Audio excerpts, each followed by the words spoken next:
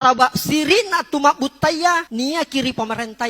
Artinya apa Pak Anies? Pesannya ini orang Makassar kepada Pak Anies kalau jadi presiden. Perintahlah atau memerintah sesuai dengan keinginan masyarakat. Jangan hanya maunya pemerintah terus mau diikuti. Nasabah sirina tumak butaya. Harga dirinya rakyat ada pada pemerintah. Itu kira-kira sederhananya Pak Anies. Oleh karena itu orang Bugis mengatakan cening-cening hati. Ada yang ingin saya sampaikan kepada kita Pak Anies. Dan ini menjadi penyemangat dan karakter setelah deklarasi kemarin di Jawa Timur. Itu menjadi terangkum sangat mudah dalam bentuk narasi ini. Sang pemimpin itu bernama Anies Baswedan. Sosok yang rakyat rindukan menjadi teladan. Ketika rakyat tertindas dia berani pasang badan. Itulah kenapa dia menjadi simbol perubahan. Kita semua yakin Pak Anies bekerja dengan tulus. Ketika jadi DKI 1 programnya lancar dan mulus. Jadikanlah beliau sebagai presiden. Insya Allah kita fokus. Indonesia akan dibuat semakin bagus. Rajin menyapa dari lorong pasar sawah hingga kampus. Karena beliau berprinsip agar silaturahmi tidak putus. Pak Anies, adakah 100? 100 mau kodong iya. Bensinnya anak-anak gak tahu. Adakah 100 ya. Pak Anies izin saya mengkritik dikit Pak Anies, saya boleh lah ya. Ini keresahan pribadi, jangan diambil hati tapi insya Allah tetap menguatkan. Tiap 5 tahun kita akan memilih pemimpin. Beragam janji dan intrik banyak didesain. Rasa-rasanya yang ada masih belum terjamin. Di hadapan kita sudah ada harapan bernama Pak Anies. Yang sedikit agak bisa menaikkan rasa optimis. Semoga saja bukan karena janjinya yang manis.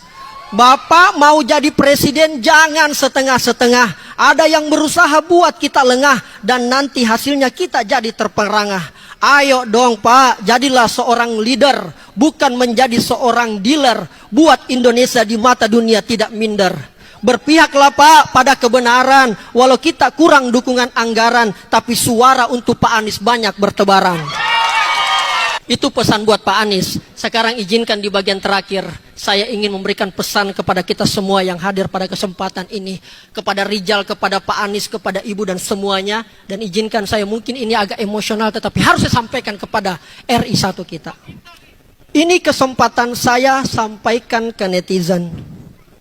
Juga ke anak milenial dan Gen Z yang keren. Karena ini adalah hal yang sangat urgent. Mungkin kita sama, awalnya cuek pada pemerintahan dan politik karena yang kebanyakan terlihat dan terdengar yang tidak baik. Padahal disinilah kebanyakan nasib kita diracik. Contoh bagaimana harga sembako BBM yang naik bisa jadi disusul dengan tarif dasar listrik, makin membuat warga paceklik. Anehnya negara heboh datangkan investor, lalu menggusur tanah-tanah rakyat dengan cara yang kotor. Padahal tiap hari negara dihabisi oleh para koruptor. Hukum kelihatannya hanya sibuk mencari yang berbeda pendapat. Mudah sekali mengkriminalisasi dengan cepat. Keadilan dan demokrasi sudah terasa mati. Kekayaan alam sudah banyak dicuri. Para pejabat malah sibuk perkaya diri. Lalu kita masih mau diam. Padahal kita bisa bersuara di Instagram. Mahasiswa sudah turun ke jalan karena kejahatan tidak bisa dibiarkan. Kita masih tidak ngapa-ngapain sambil duduk. Padahal kita bisa gaungkan di Facebook.